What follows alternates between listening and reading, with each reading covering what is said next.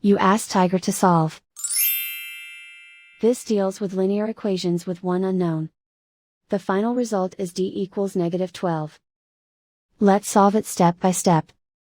Isolate the d. Multiply both sides by inverse fraction 3 over -2.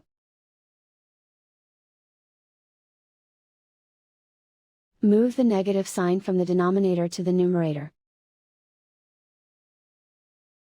Group like terms. Multiply the coefficients. Simplify the arithmetic.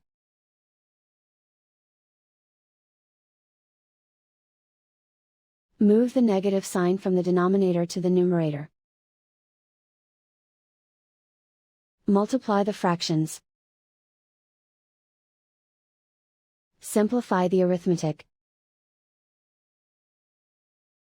And so the final result is d equals -12.